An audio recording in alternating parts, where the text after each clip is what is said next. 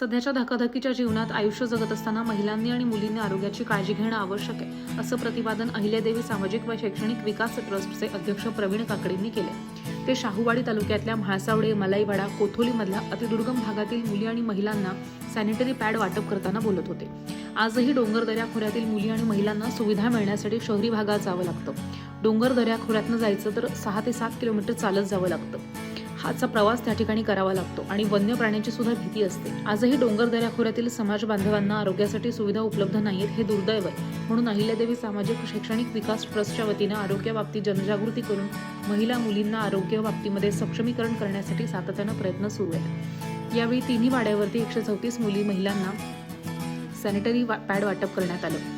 त्यावेळी प्रवीण काकडे, महाराष्ट्र प्रदेशाध्यक्ष, all India Dhangar समाज महासंघ सिद्धू सडेकर, राज्य कार्यकारिणी सदस्य सखाराम सडेकर, शहर अध्यक्ष सतीश थोरात, कराड तालुका अध्यक्ष पूनम येडगे, संगीता झोरे, कविता येडगे, बयाबाई कोळकर, शालिनी अडुळकर, दीपाली कात्रड, रुपाली बोडके, सोनाली मुंढे इत्यादी उपस्थित होते।